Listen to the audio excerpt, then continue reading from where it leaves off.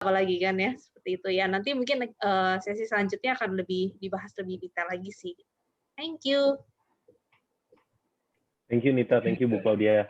Maybe I'll come next, Steven. Kenalin teman-teman, saya Fedri dari Gaji Gesa. Saya di sini VP untuk Partnership dan Business Development. Sebenarnya Gaji Gesa itu apa sih? Sebenarnya kita membawa satu buah konsep baru untuk memberikan revolusi terhadap siklus gaji karyawan. Jadi topik yang nanti mau kita bawakan adalah bagaimana sebenarnya sebuah HR teknologi, salah satunya di sini ada Gaji Gesa juga, kita bisa fill in the gap yang terjadi untuk mengatasi financial stress yang dihadapi oleh teman-teman karyawan di Indonesia. Nah, nanti mungkin lebih detailnya, jika memang ada pertanyaan dan tanya jawab nanti, kita bisa eksekusi di sesi saya. Terima kasih. Siap, thank you Fedri. Halo teman-teman, nama saya Steven, saya dari Aman. Kita itu platform digital untuk employee benefits, jadi untuk memudahkan untuk proses asuransi kesehatan karyawan. Jadi kan mungkin teman-teman juga familiar kan, seringkali itu proses untuk asuransi itu sangat merepotkan sekali. Dari awalnya, dari mencari asuransi, terus dari segi klaim untuk renewal juga. Kita ingin mempermudah supaya proses end-to-end itu lebih gampang untuk teman-teman HR semua. Nanti kita bakal discuss juga bagaimana menggunakan HR Tech untuk memudahkan semua proses end-to-end tersebut. Terima kasih teman-teman. Nanti kita juga bakal ada nih, kita bakal ada door prize untuk the best, untuk questions yang nanti kita akan Wheel of Fortune-in. Jadi nanti teman-teman bisa stay sampai akhir session ya, terus nanti kita bakal pilih teman-teman yang nanya pertanyaan akan mendapatkan kita akan dapat freebies dari gaji saham aman.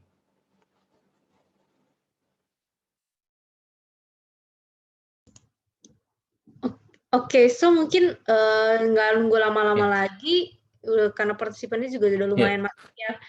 Teman-teman, gimana kalau kita mulai sesinya dari Ibu Claudia pertama, supaya mereka juga mungkin udah nggak sabar nih nunggu senior dari senior HR-nya gitu. Oke, baik. Terima kasih Bu Dita. Saya langsung share dulu ya di sini filenya. Bentar. Oke, sudah terlihat ya? Bisa Bu, yes. Oke, baik. Sudah terlihat Bu. Berarti saya bisa mulai sekarang? Silakan Bu. Kita mulai aja ya. Oke, selamat datang untuk para partisipan webinar untuk sore hari ini. Jadi seperti yang dilihat di screen ini bahwa topik hari ini adalah HR Tech can drive employee retention.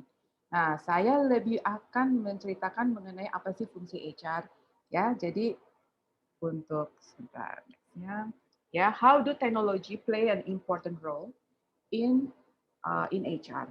Jadi itu adalah saya ambil besarannya seperti apa, baru kita akan lihat terus nanti kaitannya ke retention itu bagaimana. Oke. Nah, mungkin sebelum itu mungkin ini pertanyaan untuk ke diri kita sendiri, yang mungkin bisa dijawab dalam hati. What is the HR function in organisasi kita masing-masing? Terus bagaimana HR itu bisa contribute ke bisnis? Ini kan sering yang kita dengar, bahwa HR itu harus jadi mitra. Nah, ini yang harus kita cari tahu.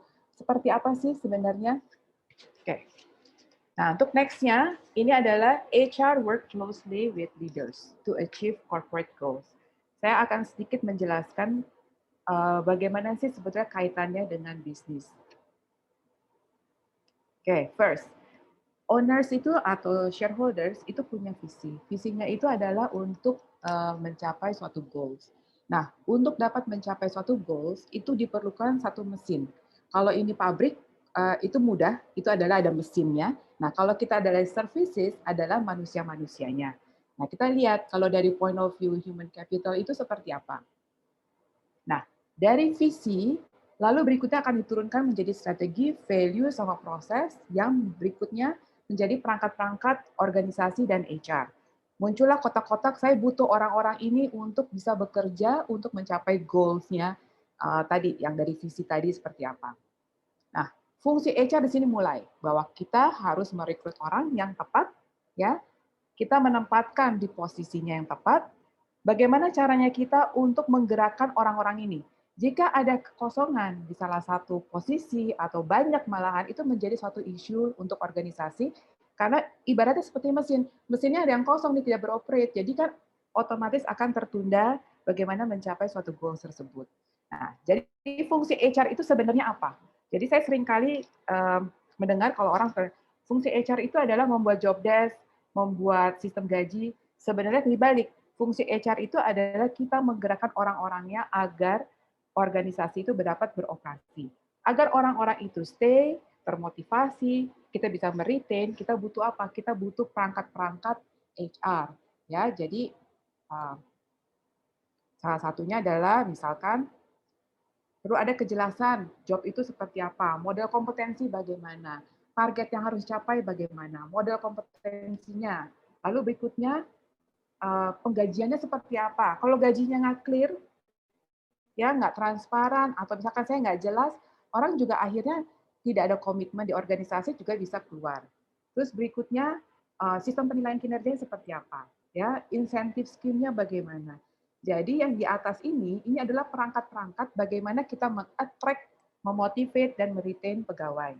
Jadi objektif daripada role HR itu sebenarnya adalah bagaimana kita bisa menempatkan orang pada posisi yang tepat, kompetensinya tepat, di waktu yang tepat. Nah, kalau misalkan user minta orang, tidak ada orang, itu masalahnya HR. Artinya seringkali adalah orang itu berpikir adalah cuma one year. Padahal untuk HR dia harus berpikir long term, itu sejalan dengan long term business plan-nya perusahaan. Yaitu kurang lebih role daripada HR. Nah, sekarang pertanyaan berikutnya adalah apakah role ini berubah? Ya, jadi kita kurang lebih 10 tahun yang lalu kita sering kali mendengarkan kata agile. We have to be agile. Apa sih agile? Agile itu means lincah. Nah, kita harus lihat nih evolusi daripada HR itu seperti apa. Sebelum Perang Dunia Kedua, itu HR itu adalah lebih kayak pencatatan administrasi buruh, ya lebih seperti itu. Sejak Perang Dunia Kedua itu mulai masuk personalia, globalisasi, kita masuk ke namanya HR, pengembangan HR. Lalu berikutnya tuntutan makin tinggi adalah strategic human resources. Jadi evolusi ini terjadi dikarenakan adanya tuntutan daripada internal maupun eksternal, dan apalagi sekarang kalau kita lihat demografi daripada pekerja di Indonesia atau di luar, di seluruh dunia, itu lebih dari 70% adalah anak-anak muda, ya, atau kita bilang millennials. Nah, tuntutannya juga berbeda. Mereka ingin cepat dapat diakses semua informasi, artinya fungsi HR pun juga tidak boleh statis. Kita juga harus dinamis di sini. Jadi disinilah muncul peran dengan adanya globalisasi, tuntutan berkembang, artinya teknologi sudah diperlukan, tidak bisa lagi kita bersifat manual. Oke. Nah, next-nya adalah, ini adalah model. Jadi mungkin untuk para HR yang ada yang partisipan dalam webinar ini, bahwa HR itu adalah sistem-sistem kayak tadi ada job evaluation, grading. Nah, model ini pun yang dipakai oleh kami untuk melakukan pengembangan sistem SDM. Nah, ini saya hanya memberikan contoh bahwa kami pun juga harus berubah. Artinya gini, model ini, saya jelaskan dulu modelnya, bahwa yang di tengah ini, yang warna abu-abu ini adalah sistem SDM yang saling terintegrasi, seringkali disebutnya misalkan competency-based HR. Nah, ini dapat dibuat dengan baik jika fungsi yang fondasi ini itu sudah jelas. Visi jelas, strategi jelas, values jelas, culture-nya juga jelas. Visi HR-nya mau kemana. Nah, tuntutan sekarang tidak bisa seperti ini lagi, bahwa semua keputusan HR atau pengembangan itu semua rely terhadap data. Ya, jadi kalau kita lihat di sini, nah model ini harus di-extend. Extend artinya apa? Kita butuh HR matrix, kita butuh business matrix. Ya, bisnis ini mau dibawa kemana? Ya, terus HR matrix kita harus tahu nih orang-orang kita, kekuatan orang-orangnya seperti apa. Data-data ini kita perlukan untuk pengembangan baik di sistem SDM maupun sebetulnya rencana perusahaan ke depannya seperti apa. Nah, dari sini diolah ya kita pengelolaan orang, talentnya seperti apa, impact-nya terhadap apa? Impact-nya terhadap bisnis. Bisnis ini ke corporate goals. Nah, ini berikutnya akan balik lagi. Jadi ini saling berkesinambungan. Nah, untuk mendapatkan data matrix ini tidak bisa manual. Ini harus ada peran teknologi, mencentralize semua data. Karena problem yang sekarang adalah data-data itu ada hanya di masing-masing unit dan belum tentu terintegrasi. Jadi, disinilah kebutuhan HR teknologi untuk dapat mengintegrasikan seluruh data dan mengambil semua pekerjaan yang sifatnya administrasi sehingga HR itu bisa naik ke level yang lebih tinggi adalah lebih bersifat strategis. Ya, jadi kurang lebih gambarnya seperti itu untuk tuntutan HR. Dan setelah kita misalkan sudah ada impact terhadap bisnis, ini balik lagi jadinya. Jadi ini suatu berkesinambungan, siklus. Jadi tidak berhenti hanya one way saja. Ya, nah, berikutnya. Ini pertanyaan saya untuk mungkin bertanya ke para partisipan, bisa dijawab di chat atau mungkin dalam hati. Where are we now? Ya, kita udah lihat tadi evolve HR itu seperti apa. Saya hanya ngambil yang ini tiga aspek: tradisional, developing, agile. Ini adalah fungsi-fungsi HR yang sering saya temui di perusahaan-perusahaan di Indonesia. Masih seperti ini. Tradisional, personalia masih banyak yang sifatnya tradisional itu seperti apa? Kalau bisa dibaca yang sebelah sini adalah karakteristiknya. Ya, di bawah sini adalah pekerjaan-pekerjaan HR yang masih sifatnya administrasi. Banyak cuti, harus ngurusin cuti, harus ngurusin pinjaman-pinjaman. Ya, jadi pekerjaan mereka banyaknya paperwork. Jadi pengelolaan SDM-nya pun masih bersifat sangat manual. Ya, terus kalau kita minta laporan, atasan minta laporan, perlu waktu, harus cari data-data dulu ada di mana. Ya kan, data-data di mana, dikompil, baru dibuat report. Takes time. Nah, berangkat dengan tuntutan berikutnya adalah developing. Developing ini adalah pemahaman HR-nya pun juga harus lebih kuat. Di sini adalah orang harus bisa dapat mengembangkan sistem-sistem HR, paham mengenai how to integrate semua sistem. Biasanya sudah ada otomasi, tapi masalahnya otomasinya itu sifatnya masih segmented. Jadi tidak terintegrasi di situ. Nah, di sini sebetulnya kita sudah fokus ke pegawai, tapi masalahnya karena tadi tidak terintegrasi, masih perlu waktu yang lama. Nah, ini masih sifatnya developing. Nah, sekarang kan tuntutannya kita harus agile. Agile itu apa sih? Maksudnya responsif, cepat, dapat menyesuaikan dengan kondisi, apalagi sekarang ada COVID, kita dapat bisa menyesuaikan nih situasinya seperti ini bagaimana. Nah, di sini karakteristiknya adalah satu, full automation process, comprehensive HR data analytics, real time, report kalau diminta real time, data semua ada, ya. Pemahaman bisnis yang sangat penting, crucial. Lalu berikutnya adalah business partner. Kita jadi karena kita paham mengenai bisnis, kita punya data, we can be the partner with the management. Lalu berikutnya kita bisa jadi consultant, ya, fokus pada customer, stakeholder. We know what they need. Itu yang baru kita masuk ke dalam kita membuat strategi HR itu harus seperti apa. Lalu orientasi pada project dan team base. Nah, kalau kita masih berpikir kita harus mengerjakan administrasi, saya rasa kita akan ketarik pekerjaan itu semua.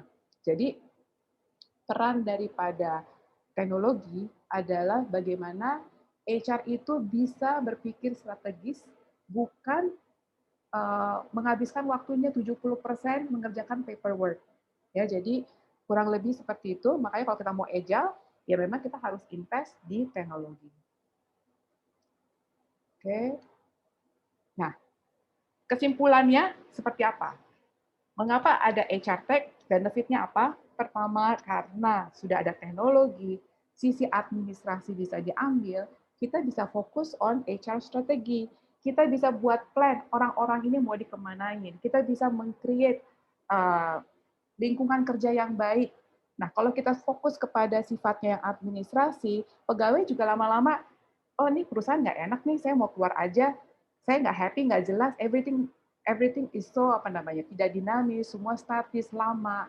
Nah, inilah yang tadi HR Tech tidak secara langsung berkaitan dengan retention, tetapi memiliki impact besar untuk kita meretain pegawai karena tadi kita punya waktu lebih untuk memikirkan orang-orangnya seperti apa. Jadi lebih people focus, kita bisa lebih adaptable, responsif terhadap needs daripada pegawai. Lalu pegawai pun juga bisa akses data cepat, informasi mengenai HR, tidak harus tunggu berhari-hari. Ya, jadi kurang lebih gambarnya seperti ini, walaupun pasti banyak lagi benefit lain dari HR Tech yang akan dijelaskan oleh teman-teman dari Aman, dari gaji.id, dan Gaji Desa. Oke. Kurang lebih presentasi saya seperti itu. Saya hanya pembuka untuk bisa memberikan wawasan mengapa teknologi itu penting untuk HR. Nah, mungkin kecepatan, karena ini sebetulnya materinya panjang, cuman saya harus, karena waktunya di limit sama Pak Steven, jadi saya harus cepat, tapi kalau ada pertanyaan silakan. Kalau tidak ada waktu mungkin bisa kontak kami atau mungkin di chat room. Silakan untuk ada pertanyaan-pertanyaan, misalkan hal-hal yang terkait dengan HR. Oke. Udah ada nih Bu Klau dari Pak Henry ini. Oke, Pak baik. Henry nanya, struktur organisasi yang fleksibel itu sedang bagaimana? Kalau struktur organisasi sering berubah, malah tidak bagus juga karena itu mendadakan sasaran atau goal organisasi yang tidak jelas. Struktur organisasi yang fleksibel mungkin cocok untuk pekerjaan yang sifatnya project based. Oke, sebentar, saya di chat room, di chat ya tadi. Betul Bu, yes. Oke, pertanyaan. Ada Pak Henry dan oke. Bu Sista. Pak Henry ada di sini. Struktur organisasi yang fleksibel itu yang bagaimana? Kalau struktur organisasi sering berubah, malah tidak bagus, juga karena itu menandakan sasaran atau goal. Oke, itu artinya kalau struktur organisasi berubah terus, memang yang repot adalah orang HR. Karena setiap kali berubah, kita harus menyesuaikan semua perangkat-perangkat. Nah, kalau memang sifatnya dinamis, artinya kita harus buat struktur yang sifatnya mungkin lebih team-based. Ya, ini yang mungkin common di perusahaan-perusahaan yang baru. Tapi kita harus lihat juga dengan karakteristik pekerjaan kita, organisasinya seperti apa. Belum tentu semua organisasi cocok dengan team base. Nah, kalau misalkan memang project ya, nah ini sebenarnya masalahnya yang mengenai yang struktur organisasi berubah-berubah, ini mungkin yang harus diajak visioning, duduk bareng, itu sebenarnya manajemen. Ini sebenarnya mau dibawa kemana sih arahnya?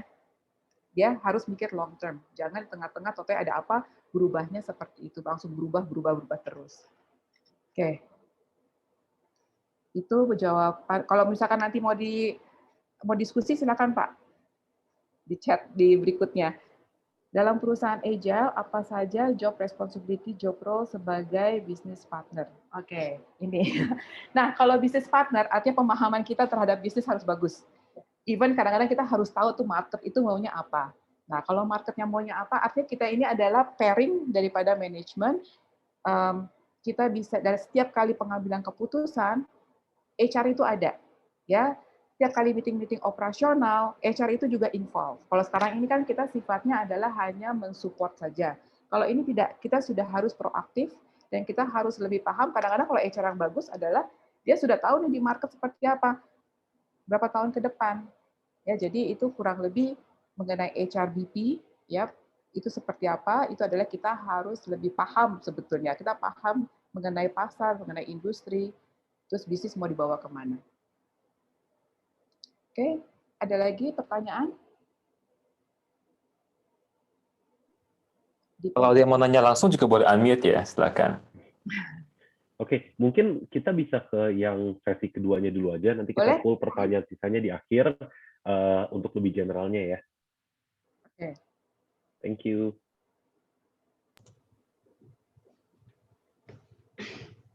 Oke, sesi kedua dari thank you buat Bu Claudia tadi sharingnya. Buat aku juga jadi belajar juga sih. Ternyata memang ya banyak banget ya yang harus dikerjakan oleh HR dan harus disiapkan juga untuk jadi agile. Apalagi tadi ada 3 piramida yang tadi juga bagus banget. Jadi kita tahu sebenarnya tahapan paling bawah tuh apa. Oh, ternyata tradisional itu paling bawah loh. Kadang-kadang kan juga ada beberapa orang berpikir, wah saya juga udah pakai sistem, udah pakai ini, tapi ternyata dia developing pun belum gitu, baru masih di tahapan tradisional. Gitu. Jadi sebenarnya PR-nya masih banyak banget gitu. Nah, untuk sesiku yang kali ini aku ingin sharing tentang tadi kan Bu Claudia juga ada sempat notice ya di awal ya kalau kita kerjanya nggak bisa kalau cuma ngurusin administrasi aja. Oke, nah, jadi dari sesiku kali ini, aku ingin sharing tentang bagaimana sih optimizing payroll and HR administration during new normal terutama.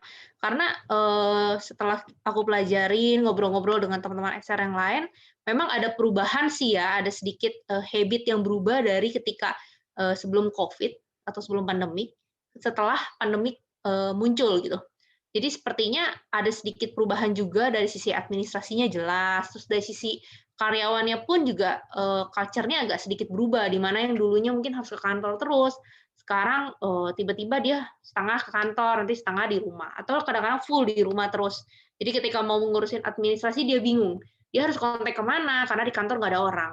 Ketika dia mau minta ini ke HR, juga HR-nya di rumahnya, jadi susah mungkin mau ngeprint dokumen dan lain-lain. Di sini aku juga ada survei, ini dari BPS aku ngambil. Jadi penerapan WFH saat ini itu seperti apa sih? Ternyata memang di Indonesia itu memang nggak semuanya full ya masuk WFH. Jadi masih ada setengah-setengah. Jadi bahkan ada yang tidak menerapkan WFH karena ya memang industri di Indonesia nggak bisa semuanya WFH sih, terutama yang kegiatan operasionalnya itu nggak mungkin bisa dibawa pulang, ya kan, seperti kontraktor ataupun transportasi. Nah, dari survei di sini membuktikan sebenarnya masih ada yang setengah-setengah, jadi WFH setengah, tapi masih ada yang masuk ke kantor juga, itu 48%. Cuman cukup tinggi, hampir setengahnya dari seluruhan. Nah, aku juga rangkumkan sedikit activity HR di pandemik, ketika pandemik dan sebelum pandemik itu seperti apa sih? Nah, ini ada beberapa activity-nya, misalkan contoh seperti interview dan tes. Mungkin kalau sebelum pandemi kita banyaknya biasanya kalau psikotes kan rame-rame ya, dikumpulin di satu ruangan, kalau untuk terutama yang perusahaan-perusahaan yang jumlah karyawannya banyak juga dan menerima rekrutmen banyak, dia kumpulin jadi satu ruangan kadang-kadang. Atau bahasa offline, datang ke kantor, tes, interview. Kalau sekarang rata-rata online. Bahkan psikotes pun sudah online, sudah ada aplikasi-aplikasinya untuk tes psikotes online. Nah, itu semua diarahkan semuanya ke online, karena ya itu, pertama takut pandemi, kedua peraturan pemerintah juga tidak boleh berkerumun, dan ketiga akhirnya mungkin jadi lebih hemat juga sebenarnya kalau online, karena kan nggak perlu datang, nggak perlu paper untuk tesnya gitu. Lalu job expo, ini paling ketara sekali job expo. Dulu sebelum pandemik itu perusahaan kita dari Gaji ID, PT atau PT Sapograha, itu sering ikut job expo. Banyak, beberapa kali ngikutin terus job expo, tapi semakin kesini kan setelah pandemik bahkan job expo-nya nggak boleh ada karena berkerumun kan. Mau nggak mau akhirnya diganti menjadi bukan job expo lagi tapi headhunter, kita harus menggunakan headhunter, LinkedIn, atau bahkan sosial media yang lainnya gitu. Jadi itu perubahannya ketara sekali dari yang job expo-nya dulu awalnya banyak, kita sering buka stand di job expo, sekarang hampir tidak ada.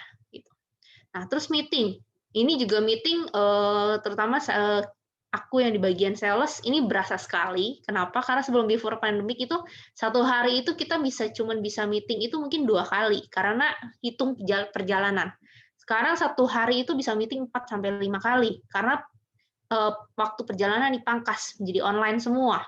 Ya seperti ini, bahkan kalau dulu kan event itu ya kita akan datang, kumpul di satu tempat, bisa ngobrol-ngobrol, ya itu plusnya ya, kita bisa networking, bisa kenalan satu sama lain. Kalau online mungkin kan agak susah, terbatas dari koneksi juga gitu. Tapi dari sisi waktu dan biaya itu sangat lebih efisien sebenarnya. Untuk pekerjaan juga sama, yang dulunya mungkin terutama kalau yang perusahaan-perusahaannya masih menganut harus datang ke kantor, itu pasti harus wajib datang ke kantor, nggak boleh enggak. Kalau sekarang, bahkan dulu yang kantorku itu juga salah satu yang menganut seperti itu. Jadi mau ada pekerjaan atau tidak, sedang senggang atau enggak, pokoknya harus hadir di kantor. Kalau dulu. Kalau sekarang, ya karena pandemik ini, ya bisa online. Jadi bisa WFH. Rata-rata semuanya WFH. Bisa bekerja dari rumah, remote. Kalau memang diperlukan datang ke kantor, baru datang ke kantor. Seperti itu. Attendance.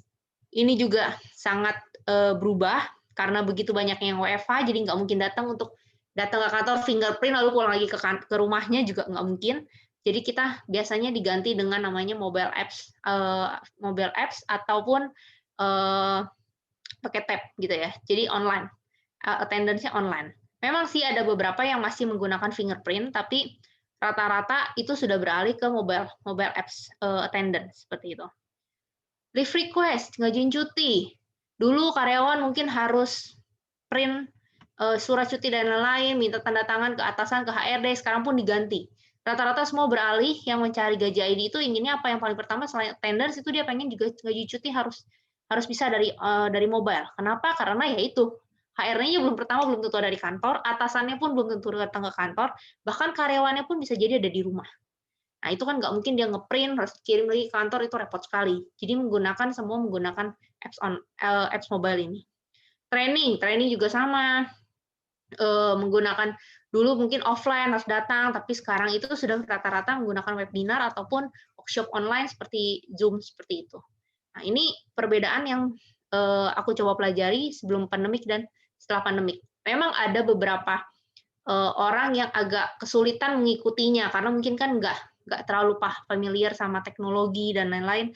Tapi semakin ke sini itu semua orang akhirnya jadi terbiasa. Dulu mamaku itu umurnya sekarang sekitar 60, itu nggak bisa pakai handphone. Pakai handphone itu cuma untuk WhatsApp aja.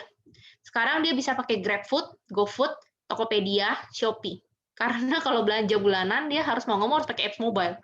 Jadi semuanya itu mau nggak mau beradaptasi, mau dari yang umur dari kecil sampai yang tua pun akhirnya mau tidak mau harus menggunakan teknologi supaya bisa menghadapi situasi sekarang ini gitu. Nah, tadi berbalik lagi juga sebenarnya karena tugas HR itu sebenarnya bukan administrasi aja. Yang penting itu sebenarnya adalah dari menjadi HRBP, di mana HR itu harus menjadi business partner-nya dari si owner. Karena ya employee itu atau human itu sebenarnya aset nomor satu perusahaan. Tanpa human, tanpa ada karyawan, ya perusahaan nggak akan jalan. Walaupun dia punya produk sebagus apapun yang bisa dijual, tapi kalau nggak ada employee yang mengerjakannya itu tidak ada. Nah, ini aku ambil dari PwC. Ada PwC, ada Gallup juga. Jadi di sini kelihatan sebenarnya dari survei ini itu kelihatan misalnya kayak seperti 87% itu employer itu bilang kalau improving retention itu critical priority. Ya pasti. Kenapa makanya banyak turnover yang tinggi di setiap perusahaan sekarang ini? Karena banyak employee yang merasa nggak di-retain sama perusahaannya. Mungkin seperti dicuekin atau seperti, ya kok gue gini-gini aja ya, yang seperti tadi Claudia kok gini-gini, akhirnya dia keluar. Terus cari memilih perusahaan yang lain. Terus nanti dari perusahaan yang satunya lagi sama, keluar lagi, akhirnya jadi kayak kutu loncat kan sebenarnya. Nah sebenarnya ini kan mungkin salah satu tugasnya HR ya, untuk selalu merintain si employee-nya, bagaimana caranya, seperti itu. Nah, dari data ini nanti employee retention itu kan sebenarnya juga nggak hanya kita harus kayak care sama si perusahaan, sama si karyawannya, ataupun kita harus kayak ngomong si karyawannya, tapi kan sebenarnya semuanya berhubungan dengan si compensation benefit-nya udah pasti. Terus bagaimana cara kita men-training karyawan, mendevelopnya, karena dari salah yang aku tahu itu kalau tidak salah itu kan milenial sekarang juga haus akan ilmu ya. Dia senang mencari sesuatu yang baru, dia senang mencari apa sih yang bisa gue kembangin dari diri gue gitu.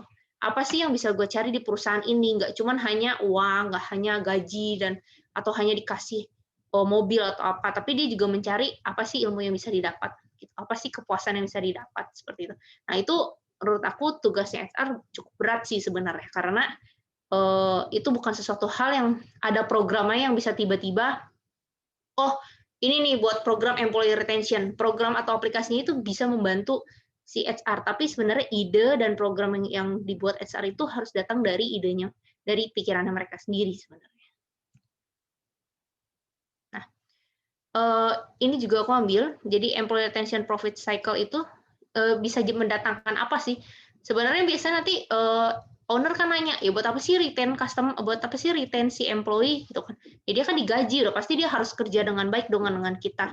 Loh, sebenarnya itu nanti akan berhubungan dengan profit loh. Ketika dia senang dengan keadaan kantornya, dia juga akan meningkatkan produktivitasnya karena dia happy saat itu berada di kantornya. Dia akan meningkatkan servisnya juga ke customer. Customer otomatis jadi loyal sama perusahaannya, lalu mendapatkan profit untuk si perusahaannya.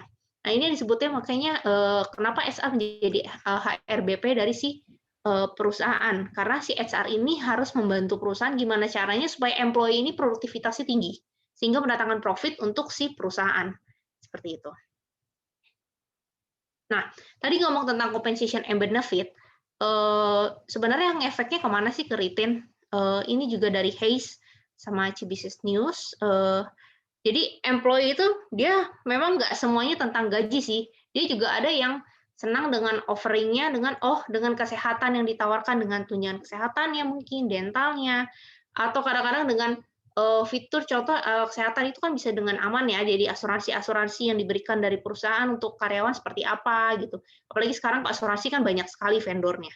Nah juga atau ada juga yang misalkan ternyata si employee ini perlu loh dia itu perlu tiba-tiba sebelum gajian, dia perlu banget buat ngambil gaji duluan. Dia perlu banget untuk bayar listrik, misalkan listriknya mau mati atau apapun gitu. Kalau misalkan si perusahaannya bisa kasih fasilitas yang sebenarnya kelihatannya kayaknya simpel, tapi berguna untuk karyawan, mungkin karyawan akan merasa, oh si perusahaan care loh sama kita, dia tahu kebutuhannya karyawan, dia bahkan menyiapkan suatu platform atau suatu sistem sehingga si karyawannya itu bisa seperti itu gitu. Nah, itu mungkin salah satu aja sih contoh compensation and benefit-nya. Ada juga flexi benefit, banyak sekali ya sebenarnya kalau di luar sana untuk compensation benefit. Nah, cuman yang akan dibahas sama aku hari ini tuh sebenarnya lebih ke administration-nya sih. Nah, emang HR administration sebanyak apa sih? Setelah sebenarnya dihitung-hitung, itu banyak sekali kan sebenarnya. Bukan hal yang simpel ya menurut aku administration itu. Justru karena banyak dan dilakukan berulang-ulang setiap bulannya, jadi bukan hanya sekali, tapi setiap bulan rutin diulang terus. Kadang-kadang HR nggak bisa ada waktu untuk memikirkan tadi employee retention, compensation benefit-nya bagaimana, terus bagaimana employee satisfaction-nya. Nah, HR administration itu banyak sekali. Dari database karyawan sampai pembayaran gaji itu harus dilakukan setiap bulan. Berulang-ulang. Kadang-kadang tanggalnya berbeda-beda. Nggak dalam satu tanggal bersamaan. Itu semua bisa berbeda-beda. Nah, ini yang bikin jadinya kayak text time, jadi makan waktu, seolah-olah kayak pekerjaannya banyak banget gitu. Padahal hal yang sama. Nah, sebenarnya kenapa nggak administration ini dikasih ke kita pakaikan di sebuah aplikasi, sehingga nanti aplikasi ini yang nanti akan otomatis melakukan ini semua untuk teman-teman HR. Nah, jadi teman-teman HR itu bisa lebih mikirin mengembangkan ke HR BP-nya ataupun ke pengembangan strategik yang lainnya gitu. Nah, apa sih sebenarnya teknologi seperti apa yang bisa membantu untuk administration-kan atau mengintegrasikan itu semua?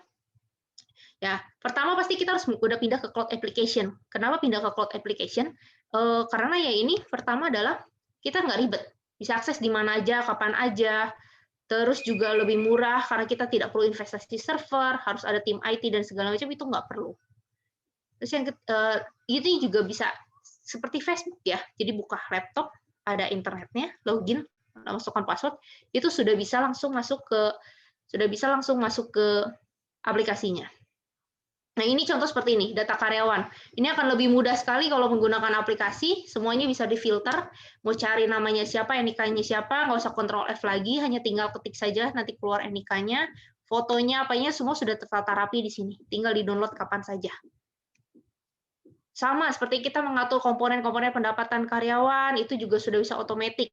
Jadi nanti otomatis dari sistem kita hanya tinggal bilang di awal aja, si A pajaknya ditanggung karyawan, atau si B pajaknya ditanggung perusahaan, itu semua nanti akan otomatis tergenerate, nggak perlu dihitung manual atau kita harus bikin Excel setiap bulan, itu nggak perlu. Penginputannya juga dipermudah. Nah, lalu untuk integrasinya sendiri bagaimana sih gitu loh. Nah, untuk integrasinya sendiri pun ini nanti kalau biasanya tradisional itu kan kita harus menghubungin satu persatu vendor asuransi misalkan atau vendor apa. Nah, tapi dengan aplikasi yang seperti Gajah ID ini semua sudah kita sediakan. Jadi kalau teman-teman ada perlu, aduh saya mau cari nih harus renewal asuransi yang baru, tapi saya bingung harus kemana carinya. Nah, ini bisa pakai dengan di Gajah ID kita sudah siapkan itu bekerja sama dengan Aman. Jadi nanti teman-teman akan dibantu sama Aman. Itu tinggal ajukan saja di Gaji ID, saya mau cari vendor asuransi, itu nanti akan dibantu sama timnya Aman, contoh. Atau dari Gaji Gesa, ini juga integrasi, jadi nggak perlu lagi buka dua platform. Semua sudah integrasi di dalam satu aplikasi. Nanti karyawan kalau mau mengambil gaji duluan atau apapun, itu sudah integrasi ada di dalam aplikasinya Gaji ID, seperti itu.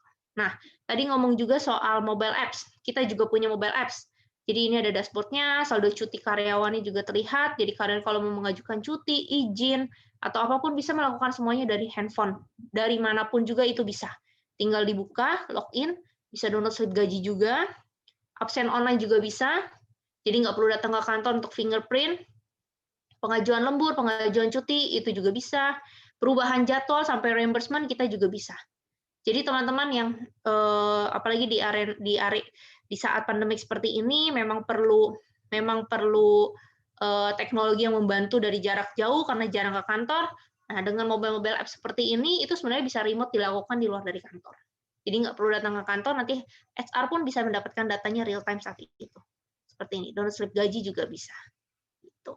Nah, itu sih kurang lebih yang bisa aku share dari Gaji ID. Mungkin kalau ada yang mau ditanyakan. Ada question nih Bu, ini itu dari Bu Sistaria Ya, di silakan. Zoom chat Bu.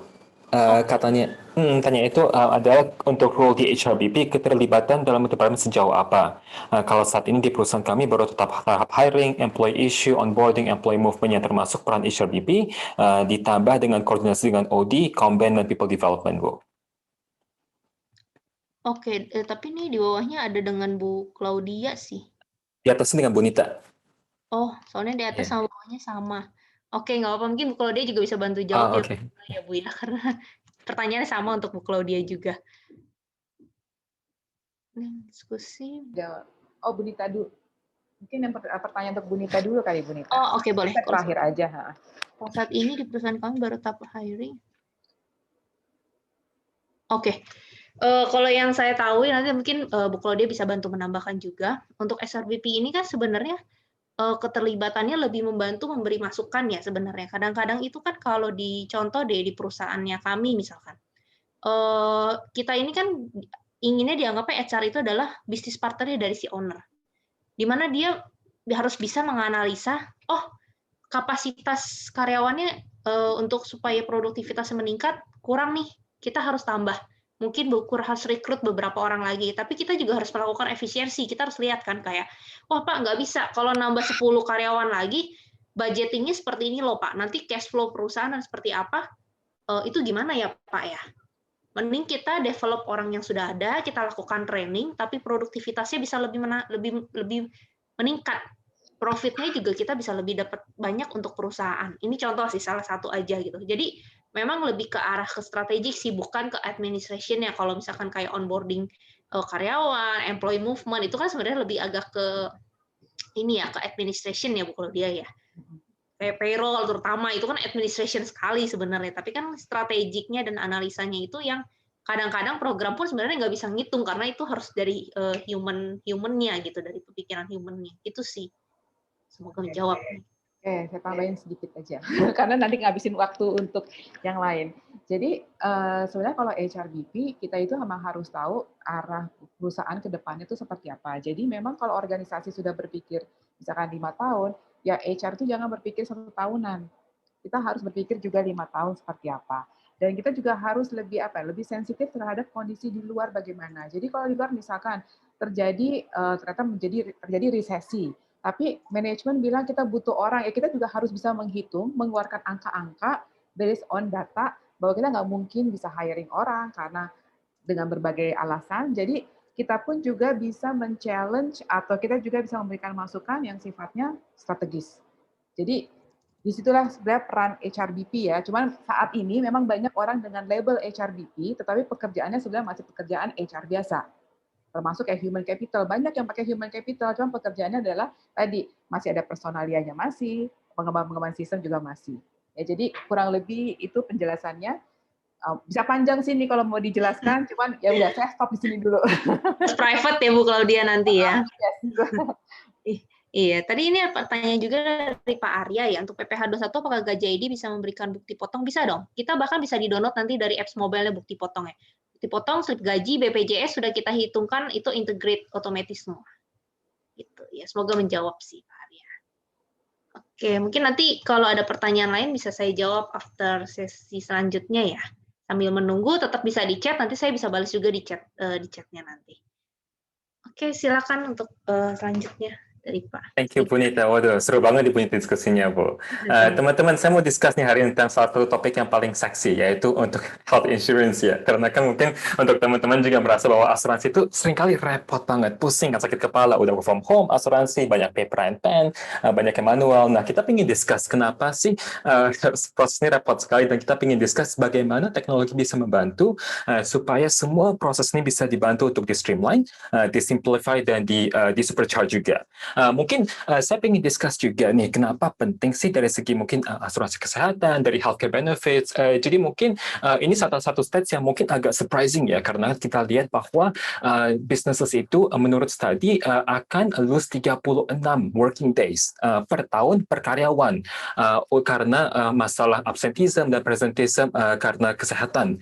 Jadi kalau kita mungkin istilahnya itu kan kita bakal lihatnya 1 bulan udah hilang kan karena masalah kesehatan, karena karyawan sakit, karena mereka walaupun masuk pun nggak optimal.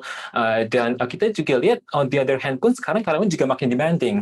Contohnya 72% milenial di Indonesia itu bakal change jobs in the next 12 months. 70% bakal cabut karena kompen, 88% itu mereka akan cabut ke perusahaan baru, pekerjaan baru karena better benefits di perusahaan baru itu. Dan kita lihat itu sekarang ada shifting behavior di mana sekarang karyawan terutama untuk milenial, Gen Y, Gen Z itu sekarang mereka makin discerning, makin demanding juga atas apa yang mereka mau dapetin dari perusahaan. Mungkin kita bisa refer nih ke the holy source untuk semua HR itu HRD Bacot, yang mungkin teman-teman juga sering follow di IG, di Twitter. Banyak sekali hal-hal yang sangat menarik tentang HRD. Dan kita kalau misalnya scroll aja di thread-nya Twitter, di IG-nya HRD Bacot, banyak sekali mungkin teman-teman HR yang juga sering share tentang bagaimana pentingnya untuk asuransi kesehatan, banyak pentingnya employee benefits, asuransi jiwa kelompok, dan lainnya. Bahkan seringkali kita juga discuss nih sama banyak-banyak teman-teman talents yang mereka bahkan merasa itu bahkan BPJS itu is not a benefit anymore. Karena kan by definition harusnya benefit itu adalah satu yang diberikan more than anyone else kan. Tapi kalau misalnya BPJS itu sudah merupakan sebuah mandatory, banyak itu mereka merasa bahwa mereka perlu asuransi swasta, perlu other healthcare benefits untuk retain mereka. Dan kita juga tahu bahwa itu complicated, walaupun itu penting, walaupun perusahaan perlu, karyawan perlu, tapi seringkali itu kita stuck in paper and pen, banyak sekali spreadsheet untuk ngurusin semua asuransi ini. Mungkin ada 3 situasi ini yang kita sering lihat. Pertama itu bahwa seringkali kita stuck di basically back and forth spreadsheet passing antara karyawan, antara HR, antara vendor asuransi, agent atau broker. Seringkali itu banyak yang harusnya bisa dibantu oleh teknologi, masih kita stuck di paper and pen proses. Terus kedua itu tentunya seringkali kan kita pasti paling cari provider baru setiap tahunnya kan, karena kita ingin cari better cost, lower cost, higher coverage, dan seringkali itu setiap 12 bulan kita perlu ulang lagi dari awal stepnya di mana kita bisa mendapat sebuah cakupan yang paling optimal untuk perusahaan kita. Nah, ketiganya itu ketika kita switching provider setiap tahun, seringkali kita kan perlu ganti lagi nih SOP, sistem, proses, kita perlu edukasi ulang lagi kepada karyawan, kita perlu ngajarin ulang lagi kepada si HR supaya bagaimana bisa menggunakan semua sistem tersebut.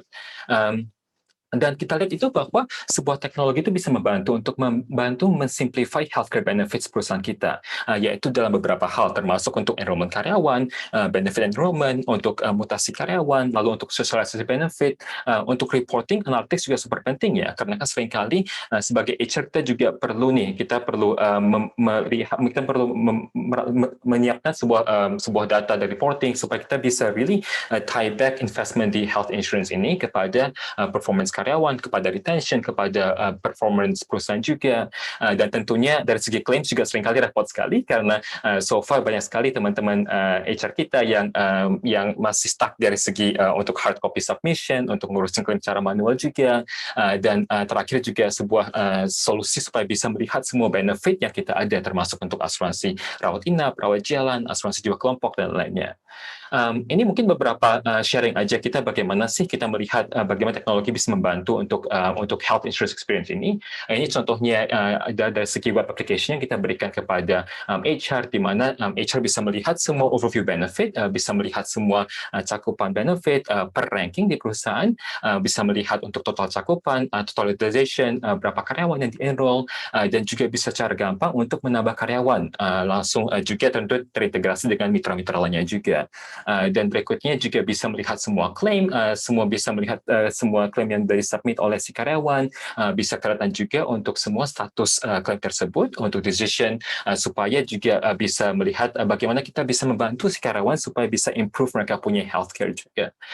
Dan tentunya data analytics seperti yang kita discuss tadi juga, di mana mungkin dulunya itu kan kita perlu tunggu nih dari segi vendor, perlu kirim hard copy, perlu kita analyze ulang lagi, perlu kita convert ke chart, membuat, tapi dari teknologi kita bisa membantu supaya semuanya itu bisa kita dapatkan secara real time lewat dashboard teknologi ini. Dan dari segi mobile app, kita juga ada mobile app di mana bisa mempermudah dalam dua hal ya. Pertama adalah dari segi sosialisasi benefit kepada si karyawan, di mana seringkali kan mungkin so far dari karyawan mungkin sering tanya HR, ini kira-kira kayak gue punya cakupan apa nih, apakah termasuk rawat jalan, apakah rawat inap, tapi dengan mobile app bisa secara gampang langsung ditampilkan di mobile app supaya mereka bisa langsung self-serve, mendapat semua jawaban yang mereka perlukan di aplikasi mobile tersebut. Dan juga ketika mereka submit claim bisa langsung submit lewat mobile app dan akan langsung masuk ke sisi web application dari HR juga, dan ini akan langsung juga dikirim kepada setiap pihak asuransi. Jadi dari segi HR pun bisa save time, nggak perlu lagi untuk kumpulin paper, untuk kumpulin secara manual. Dan dari kami pun kami percaya bahwa asuransi kesehatan ini kan sangat penting karena ini lumayan kompleks space-nya kan. Jadi kami itu merasa bahwa dari segi healthcare benefits masih kita itu perlu best of both worlds, di mana kita itu perlu teknologi, yes, tapi kita juga masih perlu human touch-nya, yaitu dari segi advisor yang berpengalaman untuk handle group health, untuk handle asuransi kesehatan kelompok, dan kami dari Aman pun memberikan sebuah solusi di mana kita menggabungkan digital platform dengan juga advisor-advisor yang memang sudah berpengalaman untuk memberikan berbagai solusi group health kepada berbagai perusahaan, termasuk large corporations.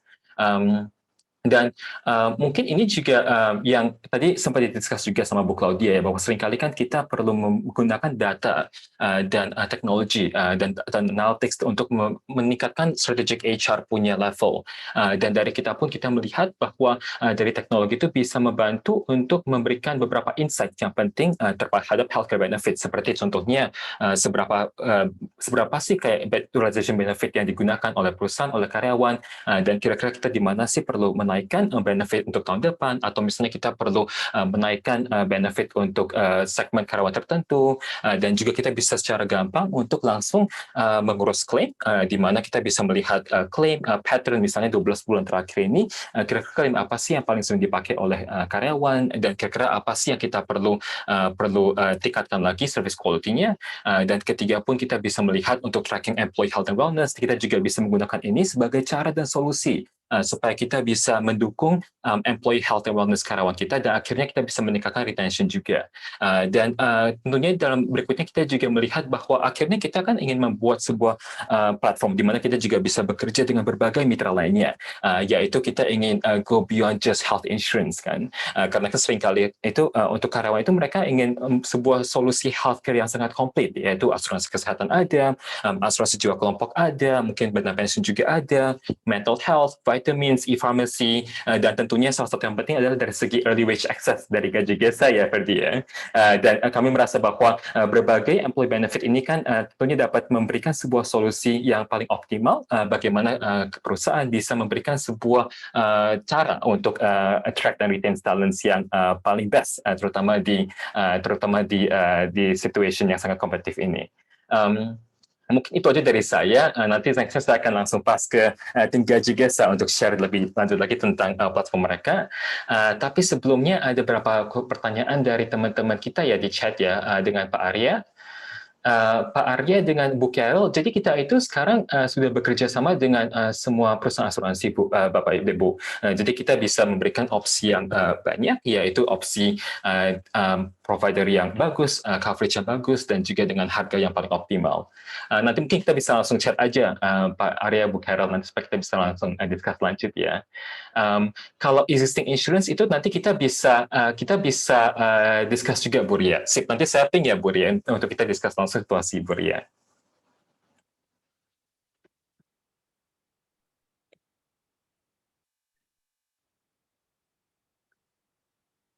Oke, thank you Steven. Thank you Ferry. Oke, mungkin kita masuk ke materi terakhir di sesi kita ini. Jadi tadi kan juga udah di-share oleh teman-teman yang hadir di sini. Pertama dari Bu Claudia udah bahas juga nih, sebenarnya gimana sih cara kita menyatukan dari satu buah visi menjadi satu buah goal. Lalu Bu Nita juga sudah sedikit memberikan penjelasan, apa sih perbedaan yang terjadi pre dan after terjadinya COVID ini, tadinya pandemik dan setelah pandemik, ada beberapa pros and cons yang dihadapi oleh semua orang, pastinya juga dari perusahaan banyak adaptasi yang akan dilakukan, begitu pula dengan karyawannya sendiri. Pastinya banyak sekali adaptasi yang akan dilakukan oleh karyawan, terutama menghadapi kondisi pandemik seperti ini. Dan tadi di akhir, Stephen raise up satu important point, di mana Stephen bilang, saat ini benefit itu tuh nggak bisa dianggap sebagai satu hal yang diberikan perusahaan dan sama diberikan oleh perusahaan lain. Melainkan benefit itu harus menjadi sesuatu yang on top of the others. For instance, saya memberikan A dan yang lain tidak memberikan, itu baru bisa dianggap sebagai satu buah benefit oleh karyawan. Oleh karena itu Gaji Gesa, kita datang, kita mengusung satu buah konsep baru, di mana kita mau menjadi sebuah platform yang diintegrasikan dengan rekan juga untuk membuat performa kita lebih maksimal, yang berfokus kepada kesejahteraan finansial karyawan. Jadi mungkin sebelum kita masuk ke detail, saya mau kasih sedikit overview mengenai market di Indonesia. Jadi di Indonesia, berdasarkan research yang kita lakukan, kita melihat bahwa ada 129 juta karyawan yang menerima gaji, jadi di luar pengusaha. Dan dari 129 juta tersebut, kita bisa melihat bahwa hampir 40% dari karyawan yang bekerja itu mendapatkan gaji di bawah 10 juta per bulan, yang saat ini kita klasifikasikan menjadi blue collars di Indonesia. Nah, dari grup blue collars ini sendiri, kita bisa melihat bahwa 60% karyawan itu mengambil hutang ataupun loan ke pihak yang legal, seperti bank ataupun ke P2P. Dan 30% lainnya mengambil hutang ke institusi non-formal. Dalam artian apa? Mungkin ke teman, ataupun ke keluarga, ataupun worst case itu mereka akan mengambil ke rentenir. Nah, kita melihat sebenarnya case ini udah berjalan sekitar puluhan tahun yang lalu, di mana karyawan di pertengahan bulan memiliki kebutuhan gaji, namun karena memang stigma di Indonesia, gajian itu diterima 1 bulan sekali, akhirnya banyak sekali kejadian karyawan membutuhkan dana lebih cepat. Nah, di sini kita mau introduce satu buah model, kita sebut sebagai earned wage access, di mana earned wage access ini bukanlah hutang, melainkan saat ini karyawan bisa mengontrol secara bijak gaji mereka sendiri. Ketika mereka memerlukan gajinya, mereka bisa menarik gaji pro rata mereka ataupun gaji berjalannya. Gitu. Nah, ini sedikit konsepnya nih. Mungkin kalau teman-teman masih ada yang bingung, boleh chat di chat group juga, nanti saya coba jelaskan lebih lanjut seiring berjalannya presentasi. Nah, sebenarnya Gaji Gesa itu apa? Gaji Gesa itu tidak hanya akan berhenti sebagai penyedia earned wage access, melainkan Gaji Gesa akan maju lebih jauh, di mana kita mau menjadi satu buah platform yang memberikan benefit-benefit tambahan kepada para pengguna kita. Di mana salah satu benefitnya adalah seperti kita memberikan payment portal. Jadi seperti rekan-rekan, jika mau melakukan isi pulsa dan lainnya, itu bisa diisi menggunakan gaji berjalannya juga. Dan juga ke depannya, kita saat ini sedang bekerja sama dengan third parties juga di luar dari Gaji ID dan Aman, kita bekerja sama dengan yang lain untuk memberikan financial education. Jadi dengan harapan ke depannya karyawan blue collars tadi bisa memiliki tingkat finansial yang lebih baik agar kehidupannya bisa lebih sustainable, seperti itu. Nah, ini adalah salah satu use case yang kita sempat explore di market. Jadi kita sebut aja namanya Pak Edi. Jadi Pak Edi adalah seorang supir truk dan dia mendapatkan gaji 5.500.000 yang dibayarkan setiap akhir bulan. Nah, di sini Gaji Gesa hadir, kita mau memberikan revolusi baru di siklus gaji karyawan. Di mana kalau misalkan Pak Edi hanya menerima gaji di akhir bulan, apalagi di kondisi pandemik seperti ini, mungkin ya teman-teman yang hadir di sini yang udah berkeluarga, punya anak, mungkin tahu kayak sekarang sekolah itu tuh anak-anak perlu punya laptop. Karena sekarang sekolah transisi nih, school from home. Muncullah tagihan-tagihan laptop baru nih setiap bulannya yang mungkin jika dicicil menggunakan kartu kredit. Nah, karena kurangnya informasi edukasinya si Pak Edi ini, akhirnya Pak Edi terjerumus dengan hutang. Dan karena berdasarkan research yang kita lihat bahwa 68% employee di Indonesia ini masih underbank, dalam artian mereka tidak bisa mengajukan hutang ke pihak yang formal, akhirnya mereka mencari alternatif sampai dengan seperti loan shark, yang sebenarnya memukul mereka dengan tingkat bunga yang cukup mencekik. Nah, kita melihat solusi apa sih yang paling tepat untuk mengcover ini. Revolusi yang kita bawa adalah revolusi short-term liquidity, di mana kita memberikan akses likuiditas jangka pendek terhadap para karyawan tersebut, di mana mereka bisa menggunakan likuiditas itu untuk kebutuhan mendadak. Di luar dari ini masih banyak lagi, tapi 3 adalah yang utama, yaitu kebutuhan mendadak. Misalkan ada anggota keluarga yang sakit, itu kan nggak mungkin bisa dipending sampai tanggal gajian nih, baru misalkan dilakukan prosesnya. Nah, terus juga kebutuhan obligasi finansial, seperti pembayaran kontrakan, pengisian pulsa, air, listrik, yang harus dilakukan ketika memang tanggal jatuh temponya terjadi, ataupun jika mengulur, pasti akan mulai masuk ke bunga-bunga yang melilit, seperti bunga kartu kredit dan lainnya. Dan juga gratifikasi instan yang bisa dilihat oleh karyawan, di mana karyawan bisa melihat, oh per hari ini saya mendapatkan gaji pro rata saya sekian. Itu secara psikologi itu akan meningkatkan tingkat produktivitas karyawan, karena karyawan merasa lebih diakui kinerjanya per hari. Nah, keuntungannya sebenarnya dari perusahaan apa? Di sini kan kita mau bahas gimana caranya kita bisa meningkatkan retention dari pengaplikasiannya HR technology. Jadi yang pertama, Gaji Gesa akan bekerja sama dengan perusahaan tanpa ada biaya apapun. Jadi kita akan menjadi satu service yang gratis, kita akan partner dengan perusahaan, kita akan memberikan jasa kita kepada perusahaan tersebut untuk membantu karyawannya ketika ada kebutuhan dana mendadak. Dan juga dari segi teknologi sendiri, proses integrasi, support, disbursement nominal gajinya, itu semua akan disupport juga dari teknologinya Gaji Gesa. Dan kalau rekan-rekan yang hadir bisa lihat di chart yang di kanan sini, kita bisa lihat bahwa ada penurunan turnover rate yang cukup signifikan setelah dan sebelum menggunakan earned wage access, ataupun di sini kita bisa bilang Gaji Gesa. Jadi dari data yang kita lihat, ketika karyawan diberikan financial security ataupun safety net, ketika saya membutuhkan dana dadakan, saya udah ada Gaji Gesa nih, saya udah nggak usah repot-repot cari loan shark ataupun cari P2P lender. Fokus karyawan yang tadinya memikirkan itu akan teralihkan menjadi produktivitas kerja. Jadi di sini kita harapkan dengan adanya pengaplikasian Gaji Gesa, tingkat turnover akan menurun, otomatis pasti retention rate dan engagement rate di perusahaan akan meningkat. Dalam artian produktivitas karyawan akan membaik, dan juga pada akhir periode, Gaji Gesa akan memberikan insight-insight dari actual behavior karyawan. Jadi perusahaan bisa tahu, oh misalkan di perusahaan saya karyawan ABC melakukan penarikan tuh sebenarnya untuk kebutuhan mendadak, lalu ada CDE menggunakan untuk kesehatan. Nah di sini sebenarnya bisa digunakan datanya oleh HR untuk melakukan proses budgeting benefit di sesi berikutnya. Jadi kita akan pastikan juga alokasi benefit dari perusahaan itu akan lebih maksimal dan targeted kepada actual behavior dari karyawan yang bekerja di perusahaan Bapak Ibu. Dan untuk karyawan sendiri sebenarnya tujuan kita apa? Pasti yang pertama, kita mau membuat karyawan tersebut memiliki kebiasaan yang lebih baik ataupun better behavior. Jadi kebiasaan mereka yang tadinya berhutang, kita harap bisa dihilangkan agar mereka bisa lebih terbebas dari stres finansial. Jadi mereka bisa lebih fokus pada saat bekerja, dan dari modul edukasi yang diberikan oleh Gaji Gesa, seperti training dan lainnya, karyawan juga bisa memiliki pemahaman finansial yang lebih baik ke depannya.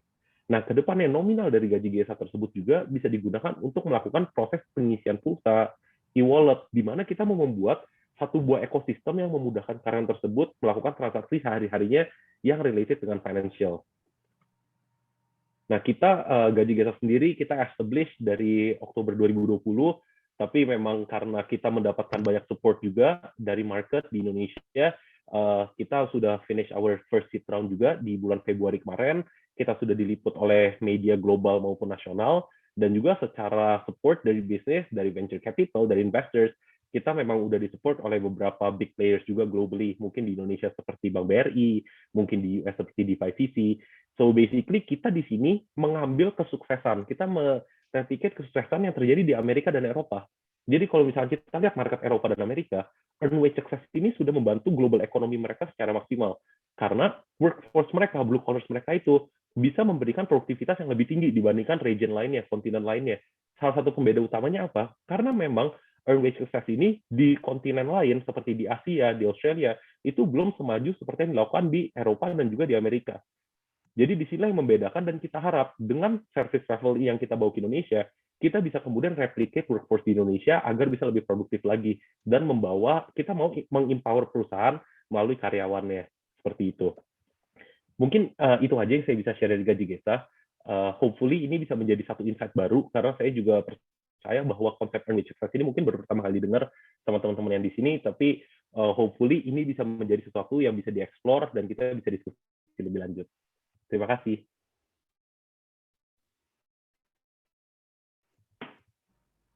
Mungkin saya coba jawab beberapa pertanyaan yang saya ada lihat di chat room ya dari Pak Hendri ya.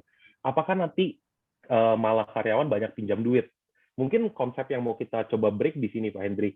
Kalau misalkan pinjam duit itu kan berarti mereka mengambil yang bukan haknya ya Pak Hendri. Sedangkan di sini karyawan hanya bisa mengambil sesuai dengan hak pro rata mereka.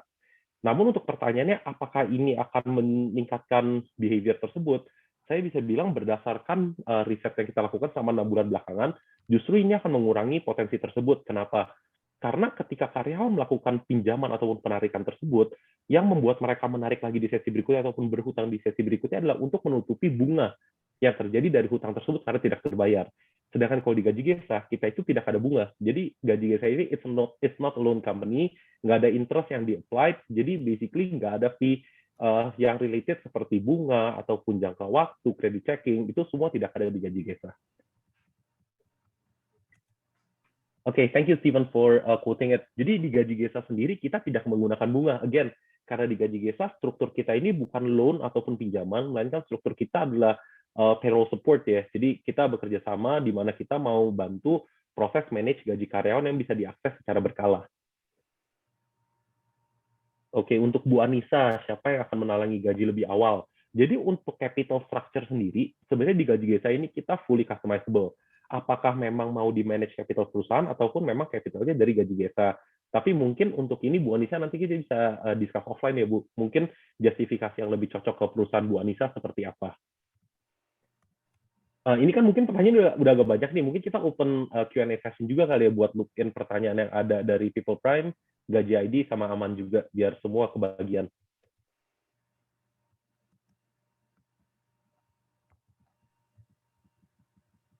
Ada beberapa questions lagi, Fed, ya, untuk gaji GESA di chatnya. Tapi senang lah kita lihat antusias dari rekan-rekan yang hadir kan, berarti kan open to explore new concept juga gitu. Iya, Fed kayaknya masih ada beberapa question di chat deh. Oke, saya izin jawab yang udah masuk sekarang aja ya. Jadi kan tadi ada pertanyaan, Pak Fedri kalau pinjam 100 balikin 100. Again Pak, sorry kita mau mematahkan stigmanya. Di sini bukan meminjam, melainkan menarik. Jadi kalau memang karyawan menarik 100.000, memang nominal yang akan dibayarkan karyawan itu nanti akan ada selisih sedikit yang dinamakan biaya administrasi ataupun biaya platform. Karena kan mungkin terjadi transferan antar bank nih, dari bank penerima dengan bank gaji GESA. Namun memang pembayaran baliknya itu ya nilai yang ditarik. Karena ini hanya proporsi dari gajinya. Jadi kalau narik 100.000, yang nanti akan dipotongkan di gaji di akhir periodenya 100.000 juga gitu. Kalau ada karyawan yang resign tidak baik-baik gimana? Jadi kalau untuk karyawan yang tidak resign baik-baik, sebenarnya ada beberapa opsi. Ini dengan Pak Andi. Jadi karena memang gaji GESA sendiri kan kita sudah partner up dengan gaji ID. Kalau memang nanti dari perusahaan Pak Andi menggunakan gaji ID sebagai HR system, otomatis nanti ketika ada karyawan yang resign akan langsung ke heads up ke sistemnya gaji GESA juga. Tapi Pak Andi nggak usah khawatir. Karena nominal gaji yang ditarik oleh karyawannya Pak Andi itu adalah proporsi dari gaji berjalan pro rata mereka. Jadi mungkin saya kasih asumsi dengan angka. Untuk for the sake of math, memudahkan perhitungan, misalkan gaji karyawan per bulan 3 juta rupiah. Berarti kan per harinya itu karyawan udah pro rata sekitar 100.000 rupiah. Kalau karyawan udah kerja 5 hari, total gaji yang bisa ditarik, bukan pinjaman ya, total gaji yang bisa ditarik itu maksimal hanya 5 kali 100.000, yaitu 500.000 rupiah. Kalau memang kebutuhan karyawan lebih dari 500.000, itu tidak bisa diakses di gaji GESA, karena limit yang diberikan hanya sesuai dengan nilai pro ratanya. Gitu. Mungkin izin sedikit nambahin, boleh nggak? Oh iya, silakan. Atau mungkin gini, persepsi saya nih, tadi mungkin agak sedikit, miss juga kali. Mungkin gaji GESA ini semacam software payroll gitu ya. Punya gaji sebulan 5 juta. Saya punya gaji sebulan 5 juta. Nah, terus kemudian di tengah jalan saya perlu uang nih. Perlu uang katakanlah 2 juta. Nah, kemudian saya tarik uang saya dari gaji 5 juta tadi, tarik 2 juta, nanti ketika gaji di bulan berikutnya, secara sistem payroll automatically akan memotong 2 juta. Begitu apakah mungkin? Oke, thank you Pak Hendri. Thank you Pak Hendri. Jadi sebenarnya yang pertama kan tadi klarifikasi dari Pak Hendri, yang pertama adalah apakah gaji GESA ini sebuah HR system. Secara full HR system yang end-to-end seperti gaji ID kita bukan, tapi kita adalah support untuk HR system. Jadi misalkan gaji karyawan 5 juta, nah terus karyawan ada narik misalkan 5 juta di bulan Maret ya Pak, kita ambil bulan Maret lah. Nah selama berjalan bulan Maret, karyawan ada menarik 2 juta. Nah pada akhir periode gajian bulan Maret, pada saat perusahaan mau membayarkan gaji ke karyawan, perusahaan tidak akan mentransfer 5 juta, melainkan perusahaan akan mentransfer 3 juta, dan 2 jutanya dari perusahaan akan transfer ke gaji GESA sebagai settlement. Seperti itu. Cukup menjawab Pak Hendri? Oke, jelas. Kopi. Thank you. Ya. Ini ada yang juga sih. Bagus juga sih. Thank you Pak Hendri. Ini ada yang interesting pertanyaan dari Pak Rudi Sugiarto nih. Kalau boleh tahu income gaji GESA berasal dari mana kalau nggak ada bunga? Pak Rudi, mungkin ini kita bisa take offline ya Pak Rudi, soalnya ini mungkin penjelasan secara strukturnya agak lebih panjang. Jadi nanti kita bisa set session terpisah di sini mungkin Pak Rudi ya. Nggak apa-apa ya Pak Rudi?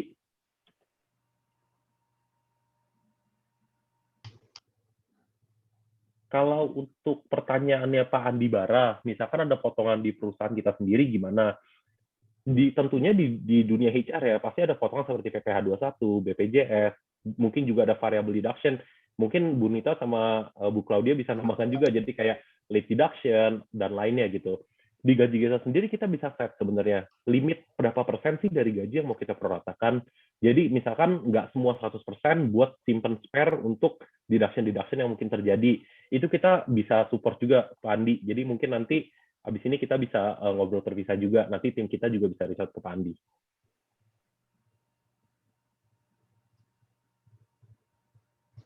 Ya, tadi menambahkan sedikit sih yang untuk potongan itu. Kalau menggunakan gaji ID, nah kebetulan kita sudah integrasi antara gaji ID dan gaji GESA, jadi nanti karena di gaji ID kan sudah disetting nih, kalau untuk potongan-potongan tetapnya berapa, sisanya berapa yang bisa dipotong ke gaji GESA, nah itu sudah otomatis sih gitu. Kecuali memang ada potongan yang mendadak ya, yang tiba-tiba nggak tahu kenapa angin hujan dipotong itu 20 juta itu kan 1 bulan itu ya. Itu di luar dari kasus sih, tapi itu nanti Fedri akan jelasin mungkin private ya Fedri ya. Iya, mungkin soalnya itu ya. Kan ini kita open forum juga biar ada waktu buat pertanyaan yang masuk ke Aman sama People Prime dan Gaji ID. Menarik juga sih, artinya kan sebenarnya gini, berarti kan karyawan itu mengambil persekot lah ibaratnya gitu, uang muka gaji dia diambil di depan gitu ya, barangkali ada keperluan mendadak segala macam. Cuman nanti mungkin yang perlu dipikirkan adalah harus sistemnya HRD perlu mikirin bagaimana jangan saat nanti kemudian karyawan dengan suka-suka hatinya aja, waduh, bulan ambil lagi, bulan ambil lagi, ntar gajinya habis. Pak Hendri nanti nggak usah khawatir, HRD-nya nggak usah terlalu repot-repot mikirin, nanti biar konsultan dari tempat gaji GESA yang datang ke tempat Pak Hendri, kita akan berikan possible skenario-nya apa saja. Jadi karena memang kita di sini nggak cuma mau sell produk ataupun ngajak partnership, di luar dari itu sebenarnya kita akan consult juga, sebenarnya solusi terbaik apa sih untuk kondisi perusahaan yang seperti ini. Jadi nanti kita, hopefully kita bisa bantu menjawab itu untuk timnya Pak Hendri juga. Gitu. Iya sih, menarik sih kalau menurut saya sih. Thank you Pak Hendri. Ya. Mungkin dari Bu Jihan ya, apabila karyawan bekerja 5 hari, kita dapat mengambil gajinya full 100%, itu balik ke jawaban saya yang sebelumnya, Bu Jihan. Jadi kita bisa set a certain limit di gaji yang kemudian bisa dirangkum apakah memang mau full 100% atau hanya 80% dari gajinya. Itu kita semua nanti kita kustomisasi berdasarkan request dari pihak partner kita ataupun dari perusahaannya Bu Jihan. Lalu dari Bu Carol, jika ada karyawan yang tidak bisa bayar bagaimana? Kalau misalnya memang ada karyawan yang tidak bisa bayar, di sini tidak mungkin. Kenapa? Karena yang membayarkan balik ke gaji GESA bukan karyawan Bu Carol, melainkan langsung dari perusahaannya. Karena ini memang proporsi dari gaji karyawan tersebut. Jadi kalau misalnya karyawan gaji 5 juta, karyawan tidak akan dapat nominal 6 juta di gaji GESA, melainkan nominal tersebut hanya berdasarkan prorata gaji berjalannya. Jadi di sini kita tidak mau memberikan hutang, melainkan kita hanya mau membantu merevolusi siklus gajinya. Jadi siklus gajinya yang tadi 1 bulan sekali, kita revolusi itu menjadi based on demand-nya si karyawan tersebut. Namun dengan limit sesuai dengan yang sudah harusnya mereka terima, namun belum dibayarkan. Gitu. Semoga cukup menjawab ya teman-teman jawabannya. Mungkin ada pertanyaan lain juga buat Aman, People Prime, dan Gaji ID. Tadi kayaknya ada beberapa pertanyaan ya untuk Bu Claudia ya Bu, yang tadi kita nggak sempat kejawab Bu di awal sesi ini. Jadi intinya gaji desa ini bisa seperti ini ya, mobile banking ya, misalnya kita mau transfer, mau apa bisa ya? Mungkin Bu Arya kalau saya asumsikan ya, gaji GESA ini kan mungkin kalau kita ngomong bank itu kan ada debit card sama credit card. Credit card itu adalah di mana karyawan berhutang bayarnya nanti gitu. Itu yang terjadi saat ini. Nah, kalau gaji GESA ini lebih seperti kartu ATM ya atau kartu debitnya. Yang nominal balance ATM itu ditransfer oleh perusahaannya setiap hari. Istilahnya kayak nominalnya akan bertambah sesuai dengan gaji prorata mereka. Nah, nanti jika dibutuhkan bisa ditarik nominalnya ataupun bisa ditransfer ke kebutuhan misalkan pulsa, listrik, GoPay, OVO dan lainnya. Ibu gitu. Oh, berarti nanti dapat ATM seperti itu? Oh, enggak. Kita pakai aplikasi mobile, Bu Arya. Oh, aplikasi mobile ya, jadi seperti mobile banking lah ya. Kalau ya, mungkin kalau Bu Arya pakai Android, bisa lihat juga application kita udah ada di Google Play Store. Nanti di luar dari ini mungkin kita bisa set satu session juga. Nanti biar sales consultant kita bisa ngobrol sama Bu Arya juga gitu. Buat dijelasin lebih detailnya.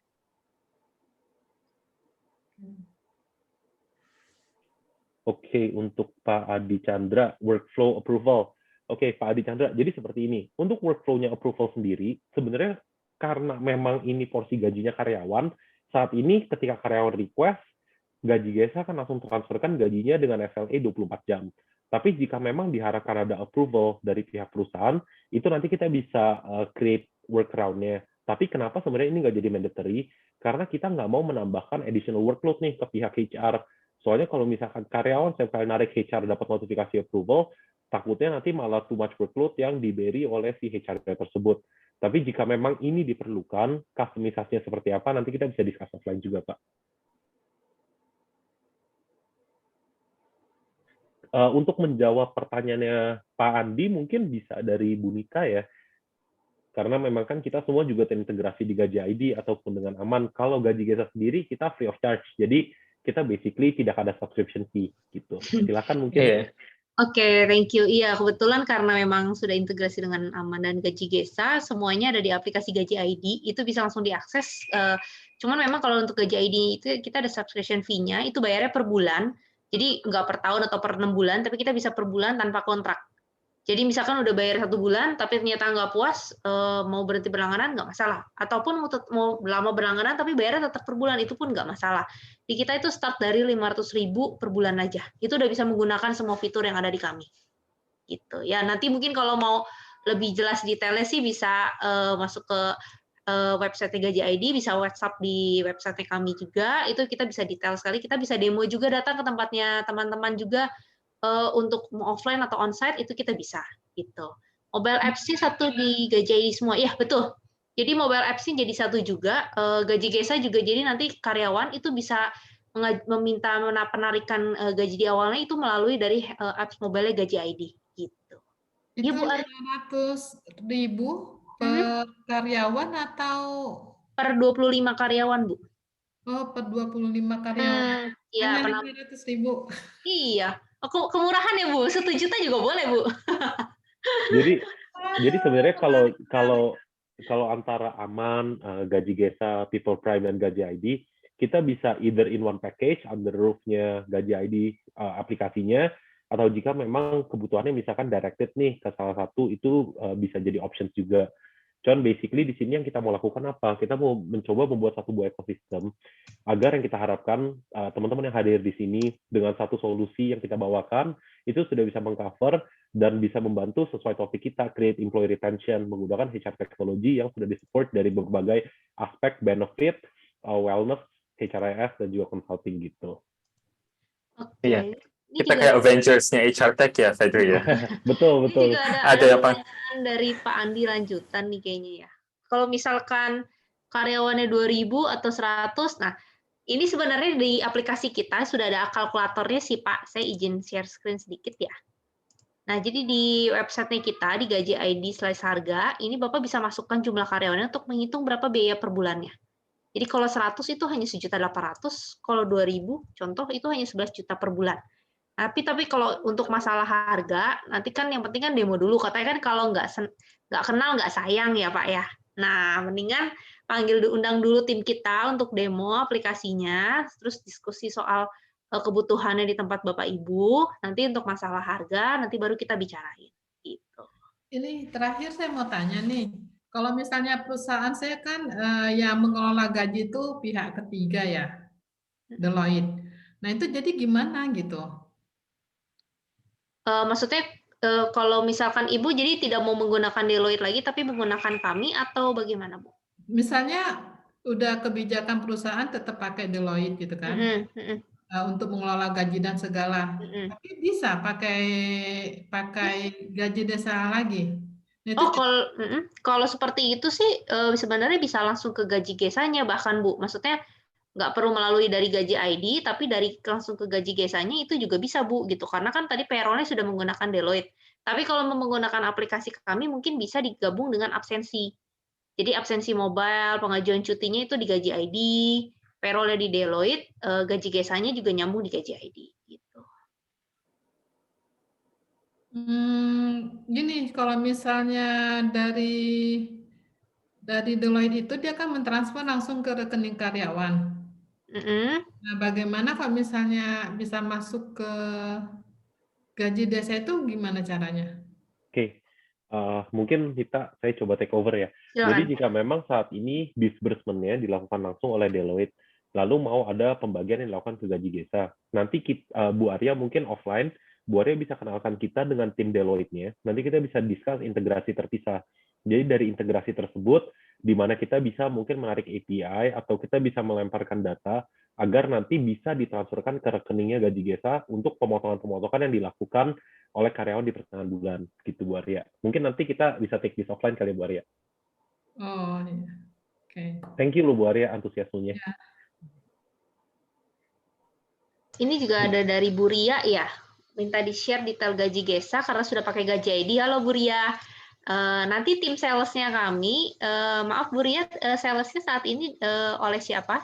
Nanti akan dibantu oleh tim salesnya kami untuk supaya dijelaskan lebih detail tentang gaji Gesa ya. Mungkin nanti Naomi akan bantu juga untuk range jadwal supaya dari timnya gaji Gesa juga bisa bantu untuk menjelaskan gitu ya, Fet ya. Ya, boleh.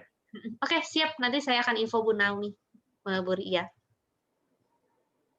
Kita mau resource employee benefit. Andi kalau kita mau resource employee benefit challenge bisa Pak dibahas. Andi ya. Iya, Pak Andi. Iya. Ini Pak Andi, kayaknya seru nih Pak. Pak Andi, kita boleh minta kontaknya nggak Pak? Nanti kita bakal follow discussion deh dengan Pak Andi ya. Kita bakal one-on-one consultation untuk kita bagaimana bisa memberikan sebuah employee benefit as a whole Pak. Boleh minta tolong DM kontaknya Pak Andi Pak? Soalnya mungkin ini jawabannya panjang banget nih Pak Andi. Iya. Caranya DM itu Bapak klik itu sebelah itu terus bisa pilih nama saya atau Fedri aja Pak. Atau mungkin Steven boleh DM dia dulu biar nanti direspon. Boleh, betul, yes. Coba saya DM ya. Mungkin dari teman-teman yang lain, mungkin masih ada yang malu-malu untuk bertanya, ataupun mungkin ada yang mau dieksplor, boleh via chat grup juga, jadi nggak vokal, ataupun jika memang mau secara vokal, kita bisa diskusi juga di sini, sharing session.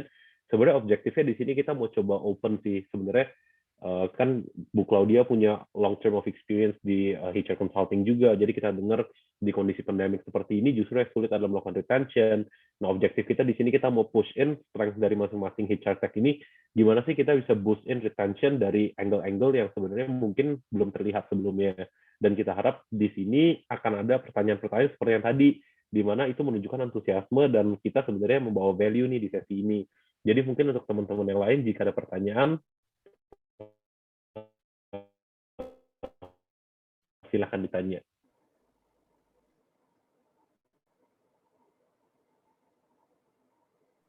Tadi ada, please go.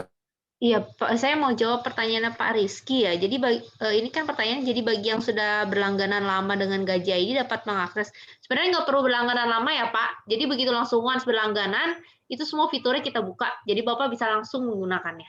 Gitu. Dan itu semua free add-on-nya, nggak ada biayanya. Pokoknya kita kasih special price, kayak seperti Aman, itu nanti kalau dari banner di kita, itu harganya beda sama di public gitu ya Pak Steven ya. Thank you. Kira-kira nih, kalau misalnya kita pakai gaji desa gitu ya, nah karyawan kan masuk nih gajinya melalui gaji desa. Lalu pingin transfer antar ke bank BCA, kemana gitu ya, itu kira-kira biaya transfernya berapa? Bu Arya, mungkin balik lagi Bu, nanti kita coba take this offline ya, karena sebenarnya kita strukturnya simpel sih, cuman nanti mungkin lebih enak kan kita mesti explore dulu saat ini kebutuhan Ibu seperti apa dan lainnya. Jadi mungkin nanti untuk struktur biaya dan lainnya, cuman saya bisa bilang biaya transfer antar banknya nanti gratis gitu. Cuman nanti detailnya kita ngobrol terpisah kali ya Bu Arya ya. Oh, siap-siap. Oh, saya mungkin gantian, tadi kan Steven udah DM Bapak, sekarang saya DM Bu Arya kali ya, biar nanti kita bisa lanjut komunikasi. Oke, siap-siap. Oke, ini ada pertanyaan, saya jawab tadi ya, ini yang dari Pak Nurdin.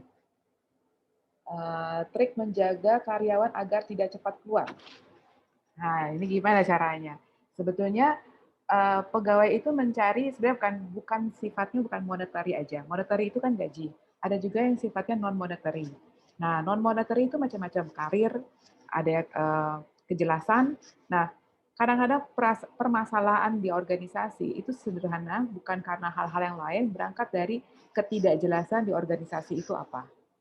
Ya, jadi ada dua hal, monetary sama non-monetary. Non-monetary macam-macam. Misalkan situasi lingkungan kerja seperti apa. Jadi bagaimana kita menciptakan happy employee itu juga meningkatkan komitmen, juga menjaga retention. Nah, kalau kita untuk bagaimana cara kita bisa berpikir seperti ini, ya memang ada hal-hal yang kita harus tahu juga nih sebetulnya demografi karyawan kita seperti apa.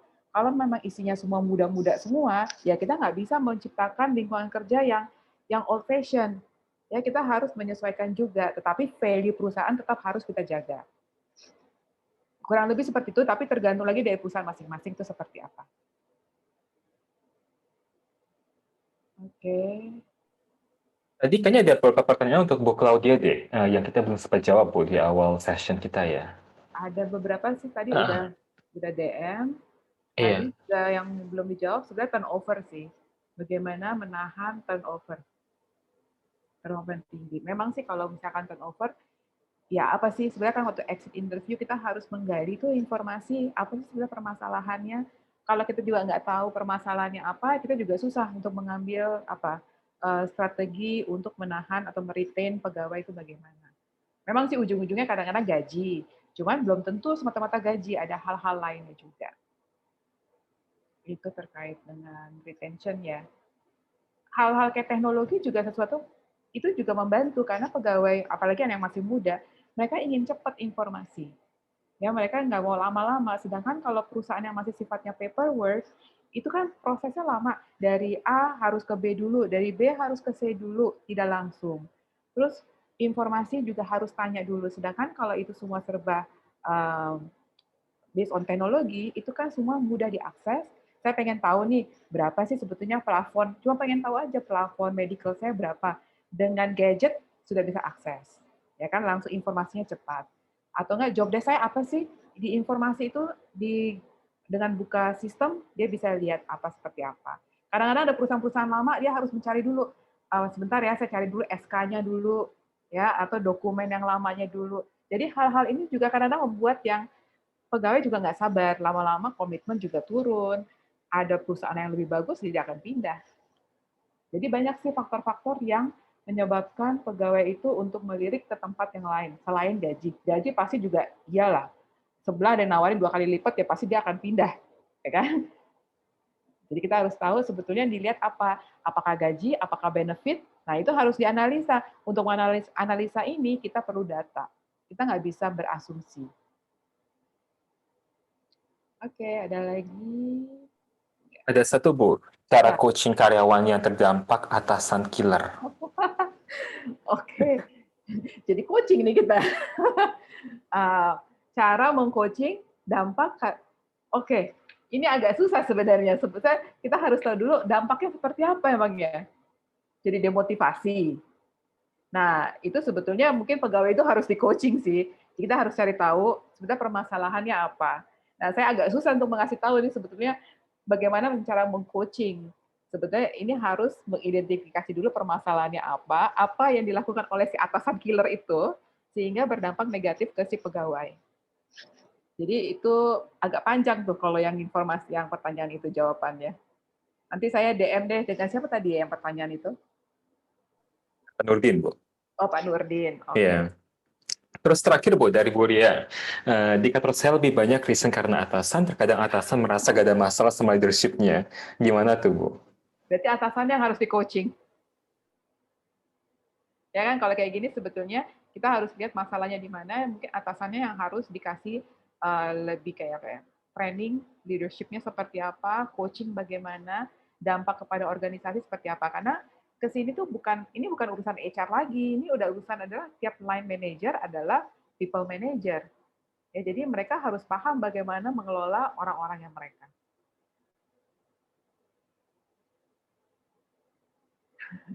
Susah Bu, namanya atasan merasa super.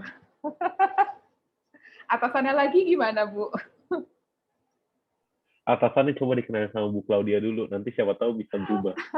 Mungkin atasannya harus kita ngobrol sama atasannya dulu nih. Benar-benar kata Pak Fedri.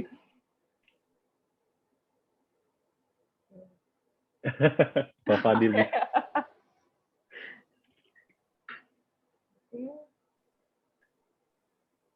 Ada lagi nggak pertanyaan dari teman-teman sekalian? Mungkin bisa langsung unmute atau kita bisa langsung chat ya untuk last questions. Terus habis itu kita akan langsung lanjut ke door prize kita. Kita ada pilih 4 winners untuk yang udah tanya pertanyaan. Jadi masih bisa nih kita last minute entry.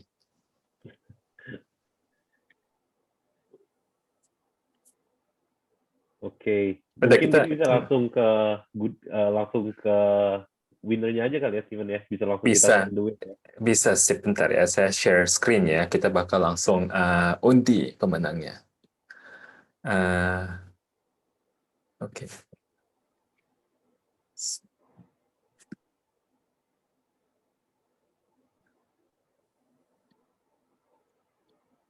Kelihatan nggak Hadiahnya screen mobil saya? loh ini, Sebentar ya. biar pada semangat. Mobil dari siapa?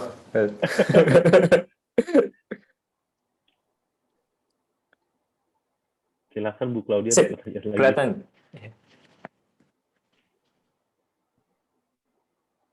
Ada lagi ya questions ya, atau kita langsung undi aja? Yep. Langsung aja ya. Sip, kita bakal choose nih first winner. Yuk, silakan kita langsung 1, 2, 3 untuk pemenang pertama.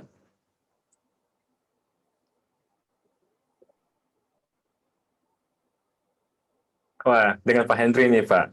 Selamat Pak Henry. Nanti boleh DM ya Pak Henry.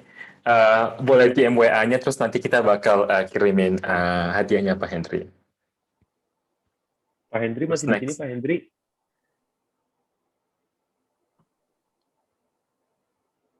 Nanti kita cariin deh Pak Henry kalau dia udah cabut. Tadi sih kayaknya soalnya udah sempat live duluan kalau nggak salah Pak Henry. Oke, Iya, sip. Tapi kita ada kontaknya kok, nggak masalah. Terus next one, waduh, Bu Anissa. Bu Anissa masih ada nggak, Bu? Bu Anissa masih ada nih. Masih ada, Bu. Tolong DM ya, Bu, untuk kontaknya, Bu. Nanti kita WA untuk kirimin hadiahnya, Bu. Terus ketiga,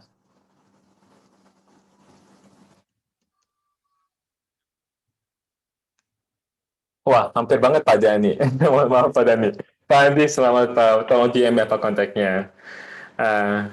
Adi masih di sini? Nanti boleh di DM ya Pak Adi ya. Terakhir Bu Sistaria, selamat Bu. Bu Arya satu lagi, Bu Arya.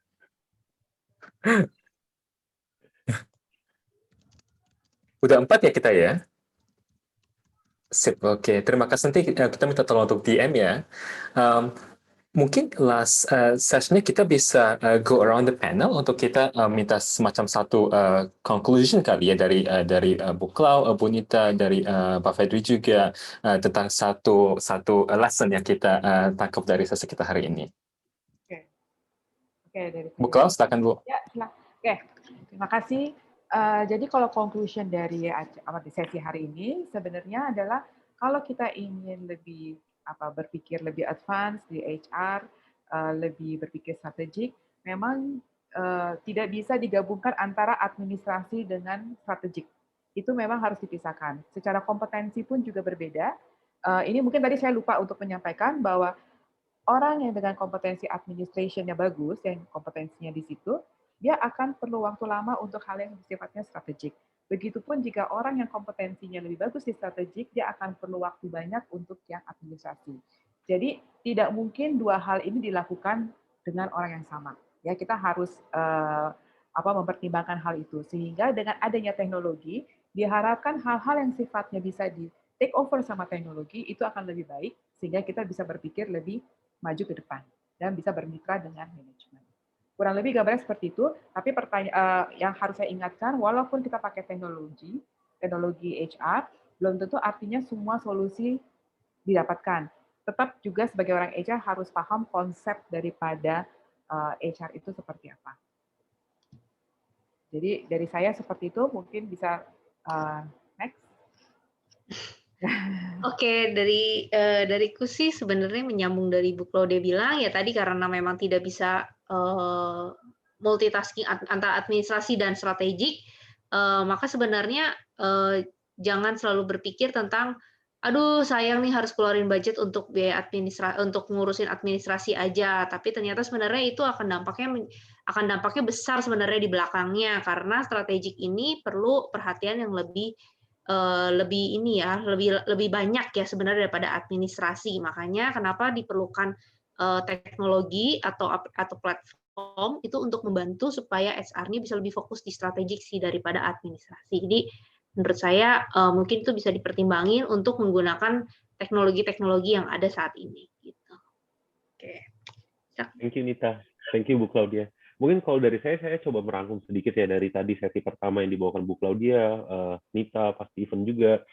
Yang saya lihat di sini key point-nya adalah gimana caranya kita bisa memvisualisasikan sesuatu yang ingin kita capai, lalu kita bisa memberikan independensi kepada masing-masing karyawan dan juga trust ke mereka. Di mana dalam artian ketika kita sudah menciptakan satu buah goal, di sini karyawan harus diberikan tools yang bisa membuat mereka secara independen lebih mudah mencapai titik tersebut tanpa ada hambatan, terutama di kondisi pandemik seperti ini. Again, ada restriction antara karyawan dengan kantor, karyawan dengan tim HR. Nah, di mana kita bisa memberikan independensi kepada masing-masing karyawan itu. Dan pada akhirnya, dengan support dan benefit yang bisa diberikan kepada karyawan, retention rate ketika meningkat, itu pasti akan meningkatkan effort, seperti yang tadi udah dibahas. Ketika effort karyawan ke perusahaan meningkat, otomatis produktivitas meningkat, perusahaan berkembang.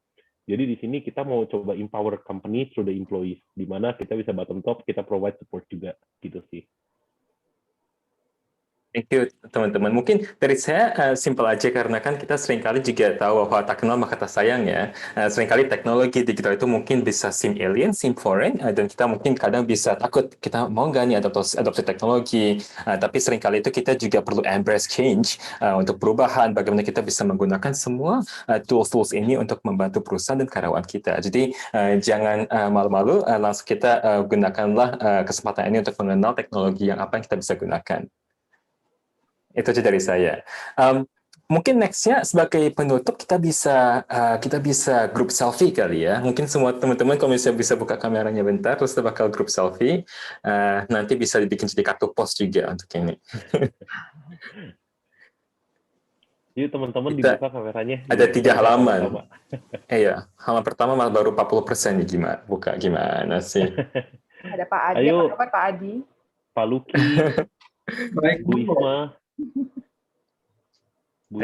Pak Luki, Bu Dewi.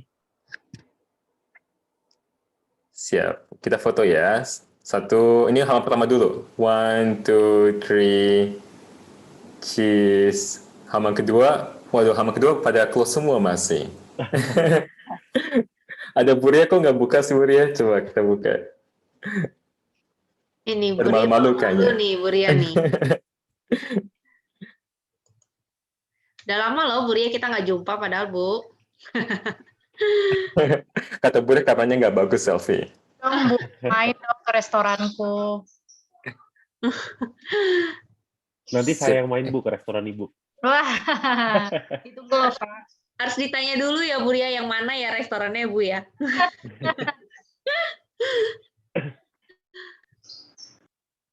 Kita udah di page berapa Steven?